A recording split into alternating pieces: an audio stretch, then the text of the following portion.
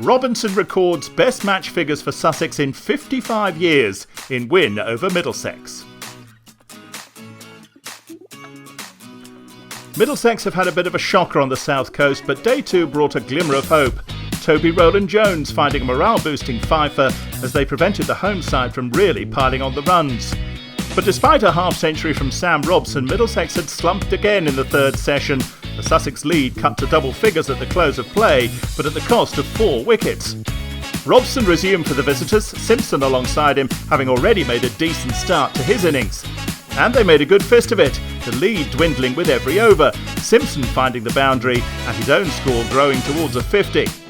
But this had been Ollie Robinson's game and he duly delivered the breakthrough for Sussex, Robson edging to Finch at slip for the bowler's 11th wicket of the match and 3rd of the innings.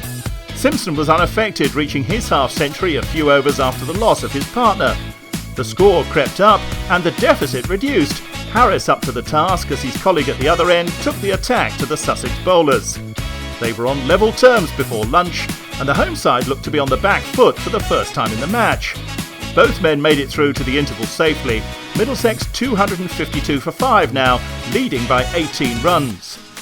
But there was no keeping Ollie Robinson out of this match, and he duly delivered. Simpson's impressive knock ended on 89 as he left one to crash into his off stump. Harris took up the baton, opening his shoulders as he took on the Sussex bowlers. Rowland-Jones looked to take a leaf out of his book, but his big heave at Haynes saw him stumped, thanks to lightning-fast glove work from Ben Brown. Robinson removed Souter in the next over, the Middlesex man only able to edge him through to Brown. Harris became the latest man to fall to Robinson soon after, bounced out for 66, Brown holding on to the edge. Stephen Finn is a central figure in the Middlesex dressing room, and the defiance with which he began to play saw Middlesex's lead reach triple figures. The final 6 from Finn came just a few balls before the end of the innings, a superb catch from Carey, seeing the Middlesex bowler depart for his career top score of 56. Middlesex were all out for 378, setting Sussex 144 to win when tea was taken. That late rally from the Middlesex lower order had given them a glimmer of hope. There was still a twist or two left in the match. The first came early on, Salt bowled cheaply by Murtagh, out for 10. Haynes too fell prematurely, Finn adding a wicket to his earlier 50. The Sussex number 3 bowled all ends up for 11. Game on. And the wickets kept coming. Finch the next man to go, Murtagh finding an edge through to Eskenazi in the slips, and momentum now with the visitors. But Carey and Wells stemmed the flow. They began to find their feet, and the target dropped into double figures. And the partnership developed into a destructive one.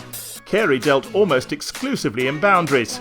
3 consecutive sixes off Souter's first 3 balls, taking him to within 1 shot of a quick-fire 50. Another from the 6th taking him to the milestone. While Sussex still needed more than 30 to win, the Australian had all but ended Middlesex's hopes of causing an upset. Fittingly, it was Carey who scored the winning runs, finishing 69 not out as they wrapped up a 7-wicket victory.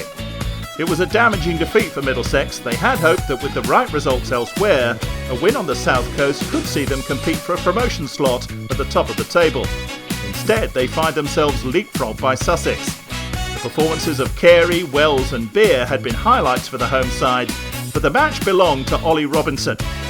His match figures of 14 for 135 are the best by any Sussex bowler in a first-class contest since Ian Thompson took 15 against Warwickshire more than 50 years ago. They'll return to stake a claim for promotion in September, this victory revitalising what had been a flagging county championship campaign.